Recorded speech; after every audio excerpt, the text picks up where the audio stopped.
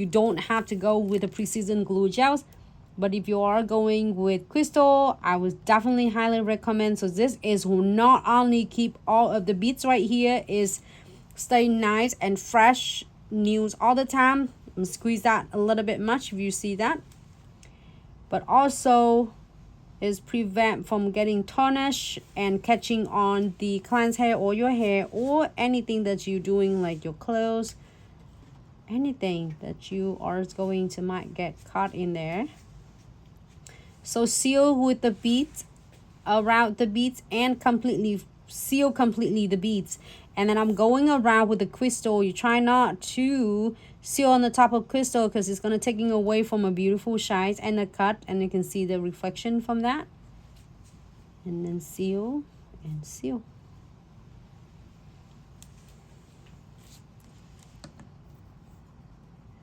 That's it. And then we'll keep for 60 seconds.